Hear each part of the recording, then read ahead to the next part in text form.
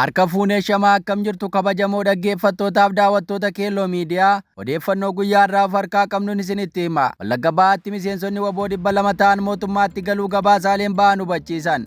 Tibbana gabaasaaleen waboon waamicha mootummaa dhaga'uun galaa jiru jedhu irra deddeebiin dhaga'amaa akka jiru gabaasuun keenya kan yaadatamu. Gabaasan uffisiisaa mootummaan qabatee adeemaa jiru kun furmaata siyaasaa qabatamaa agarsiisee osoo hin taane ejjennoo karaa nagaa galan jedhu kanatti mootummaa rarra'uu isaa agarsiisaa jedhan. Haalli kun ammasitti fufuun Wallagga Bahaatti waboonni 200 ta'an karaa nagaa galuu isaanii miidiyaaleen mootummaa tibbana gabaasaa jiran. Akka OBN sanbata duraa darbe gabaaseetti godina Wallagga Bahaatti hidhattoonni waamicha uummataa fi mootummaa fudhachuun karaa nagaa galan hawaasaan simatamaniiru. Taateen kun aanaalee Giddaa Ayyaanaa, Kiiramu, Eebantu akkasumas Limmuu keessatti raawwatee jedhan. OBN gabaasa isaatiin akka ibsetti hidhattoonni waboo galan kunneen karaa qabsoo irraa adeemaa turan sirrii akka hin taane hubachuun uummata keenya haara galfachiisuu fi karaa nagaan qabsoo sirrii uummata keenya waliin qabsaa'uuf gallee jedhaniiru. Bulchaan godina Wallagga Bahaa obbo Waagaarii Nagaraa gama isaaniitiin qaamolee nageenyaa fi hawaasa waliin qindaa'uun nageenya godinichaa amansiisaa gochuuf hojjetaa akka jiran miidiyaaleef himan. Wayita miidiyaan mootummaa haala kana guyyaa dheengaddaa gabaasaa turetti miseensonni waboo galan kunneen waggootaan waboo irraa citanii kanneen qofaa sochii taasisaa turan ta'uu eerame. Humnoonni kunneen maallaqa uummata saamaa turuu yoo xiqqaate qonnaan bulaa tokko qarshii hanga 100,000 akka gaafataa turan namoonni eeran. Gareen kun nama Moosisaa jedhamuun hoogganamaa ture ka jedhu gabaasni bahe Wallagga Bahaa keessatti hawaasa dararuun beekamtii guddaa qabaataa akka turan ibsameera. Namoonni kunneen nama butanii bosona geessanii maallaqa hataa turuus namoonni keessa beekan gama adda addaan ragaan deeggaranii balballoomsaa jiran. Humni kun naannoo Wallagga Bahaa keessaa ifatti mootummaatti galuun uummataa fi waraana bilisummaa Oromootiif haara galfiidha jedhame. Akka namoonni keessa beekan jedhanitti Moosisaan garee Faqqadaa Abdiisaa akka dhiyeenya mootummaatti galeen hoogganamaa ture. Uummata Horroo Guduruu fi Wallagga Bahaa Faqqadaa waliin saamaa erga turanii booda Faqqadaa waliinis wallabee qofaatti loltuu kutatee bahee jedhan. Gareen Moosisaa nama jedhamuun hoogganamu kun ergama maallaqa kuufachuu jedhu qofaa irratti bobba'ee hojjetaa akka ture eerameera. Humni akkanaa ammallee Oromiyaa keessa hedduun jiraachuu kan himu gabaasichi warra akkanaa mootummaan funaanee galchuun madda haara galfii keessaa tokkodha jedhame. Tibbanas Gujii keessatti miseensonni waboo galuu isaanii gabaasuun kan yaadatamu. Namoonni karaa nagaa galan jedhaman kun erga maallaqa saamanii miliyoonota lakkaa'anii booda malee bosonaa hin ba'an jechuun dhiyeenya Faayisaa Leellisaa haasaa taasisuun kan yaadatamu. Oduu keenya itti aanuun baankonni ragaa barnootaa hojjettoota isaanii akka sakatta'anii fi sirrii ta'uu isaa adda baasan qajeelfamni kenname. Gita hojii garaa garaa irratti ragaan barnootaa sobaa baay'achuu fi sertifikeetii digirii gurguramaa turuun isaa erga irra ga'amee booda baankiin biyyaalessaa ibsa baaseen dhaabbileen baankii Impaayerii keessatti hundi ragaa barnootaa hojjettoota isaanii akka sakatta'anii fi sirrii ta'uu isaa mirkaneessan qajeelfamni kennameera. Qajeelfamni kenname kun akka agarsiisutti tokkoon baankilee Impaayerii keessa jiranii ragaa barnootaa hojjettoota isaanii ka digirii jalqabaa dura jiru qaama dhimmi ilaallatu quunnamuun adda baasuu qabu jedhame.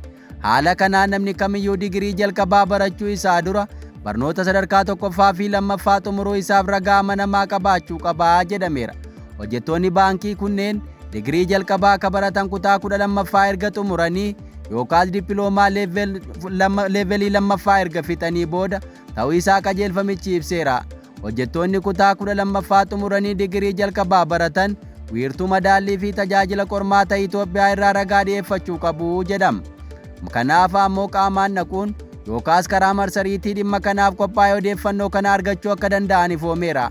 Hojjettoonni dippiloomaa qaban digirii baratan ammoo qaamolee dhimmi ilaallatu sadarkaa naannoo fi bulchiinsa magaalaa jiran irraa ragaa kana walitti qabuun dhiyeessuun irraa eegama jechuun baankiin biyyaalessaa Itoophiyaa akeekkachiiseera. Qabxii isaan galmeessan biiroon leenjii teeknikaaf ogummaa naannoo isaanii mirkaneessuu akka qabus dabaluun ibse. Qajeelfama baankiin biyyaalessaa dabarse kana baankileen Itoophiyaa keessatti argaman hojjettoota isaaniitti himuun hojiin ragaa barnoota hojjettootaa sakatta'uu kun eegaleera.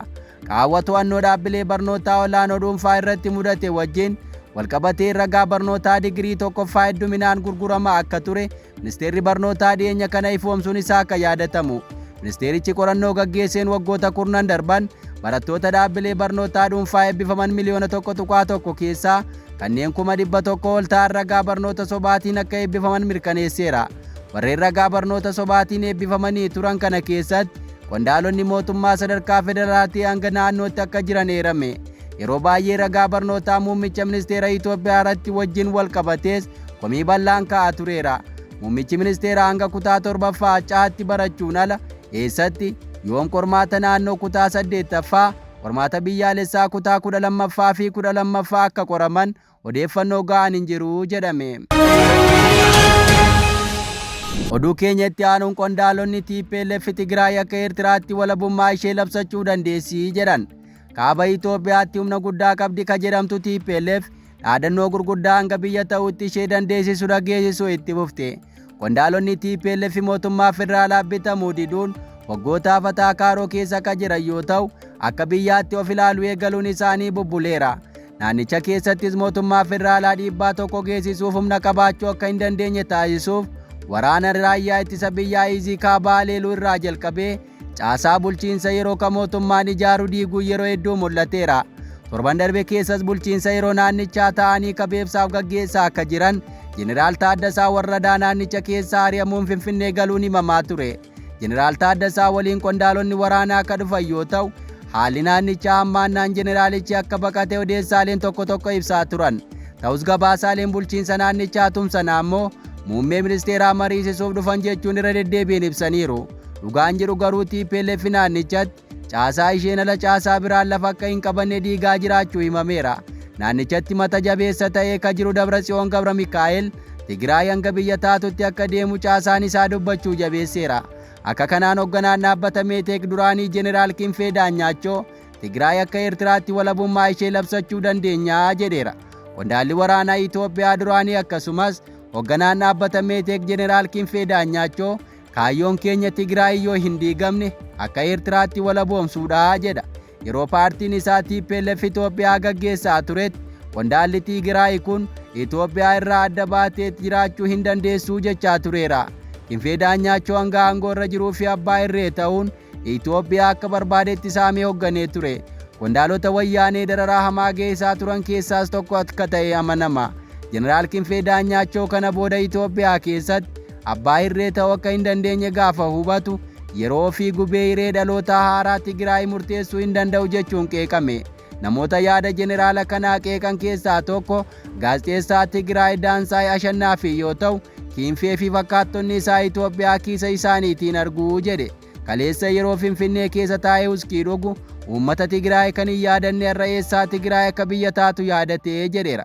Kanaafis yaada qondaala TPLF kana gaazexeessaan kun qeeqee jira.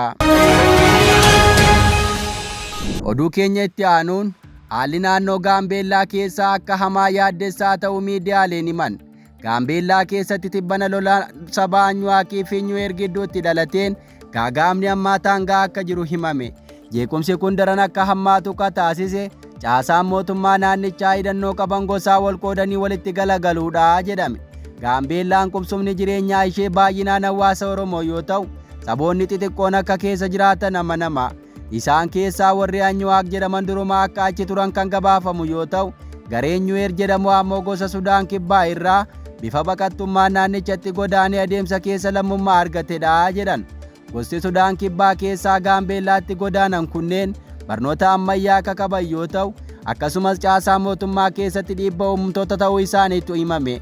Gareen kun erga baqattummaa irraa lammummaa argataniin booda Gaambeellaa dhuunfachuu ejjennoo jedhutti ce'uuf gabaafame. Kanaanis hundee isaanii kanneen ta'an garee Sudaan Kibbaa keessa jiran waliin hidhata jabeeffachuun hidhannoo meeshaa waraanaan of jabeessanii garee Anyuwaaq irraa aanuuf lola banuu isaanii dhaga'ame. Naannoo yeroo dheeraa wal qoodinsa shakkii fi jeequmsa keessa turte Gaambeellaan dhibbanaa ajajaa olaanaan poolisii naannichaa ajjeefamuun booda balaa qabbanaa'uun ulfaatu keessa seenteetti. Dheengadda magaalaa Gaambeellaa keessatti dhukaasa gosa gidduutti dhalateen ajajaan olaanaa poolisii magaalattii ajjeefamuu isaanii gabaasaaleen adda addaa mirkaneessu. Ajjeechaan kun haala nageenyaa duraanuu laafaa ture irratti humna dabaluun uummata naannichaa guutuu keessatti jeequmsa kaaseera. Akka gabaasaaleen ibsanitti walitti bu'iinsa gosa Nyuweerii fi Anyuwaaq gidduutti dhalate torbanootaa fi ji'oota darban irraa kaasee babal'achaa dhufeera. Rakkoon kun daangaa biyyoota lamaa Sudaanii fi Itoophiyaa gidduu jiru waliin walitti hidhata.